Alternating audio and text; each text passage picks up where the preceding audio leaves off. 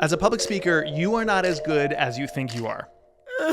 By the way, I'm not saying it about you. I mean, I am saying it about you. I'm also saying it about me and them and them. Like, literally all of us cannot see the label when we're in the jar.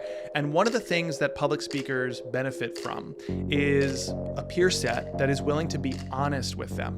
I just got off a very long call, a catch-up call with a fellow speaker and entrepreneur. She runs a services business and consults. I run a services business and consult. So we kind of had like all permutations of public speaking covered between us, with lots of years of experience and a high volume of gigs per year between us.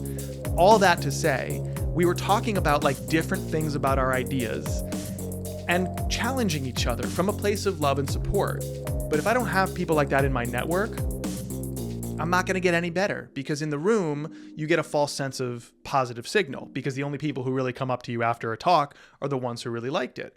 But you don't have people planted in every webinar, keynote, breakout, or workshop who are going, you know, Jay, when you started that story, I thought this, and maybe you want me thinking this instead. Or, hey, that pivot from this point to this point, there's a big leap in logic there. I really wasn't able to embrace your core idea, like your premise of your speech, because you missed that mark. Or here's all the objections I had. Or, hey, you're shuffling your feet a lot and looking down. What's up with that? Or you're pacing back and forth. And maybe if you earmark this side of the stage for this reason and that side of the stage for that reason, you can harness your energy. Or you're going too quickly and you got to pause more often so that they can catch up and comprehend what you're saying. Or maybe you need to speak a little slower than you're comfortable speaking, which actually puts you right in the sweet spot for an audience.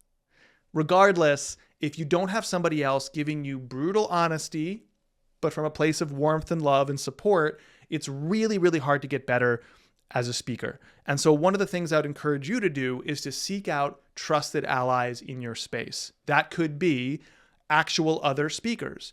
That could be people who give no speeches each year, but they're willing to give you some good, honest advice and input on a selection of your talk, a recording of something, or even in the room at an event you're going to together later in the year. Whatever the case, we cannot see the label when we are in the jar. And therefore, we are unable to get better and get better quickly. It's this uncanny thing that I wish I could just sort of download from my brain to yours. When you experience a peer set that is willing to put your speaking, your physicality and performance, and the essence of your ideas up on the board as a problem that you share and try to whiteboard and improve, rather than a battle, me to you. Your ideas, your speech, your performance is a proxy for who you are and your full value, and therefore anything I say is an attack. No, when you can externalize it with a peer you trust or a set of peers you trust, all of a sudden you transform. So no, you're not as good as you think you are as a speaker, but neither am I. No one is. And you can't see that clearly until you seek out trusted voices. A peer, a friend, a coach, an advisor, a cohort or community. It doesn't matter. We need others to see the label when we're in the jar. It is the best way to get way better.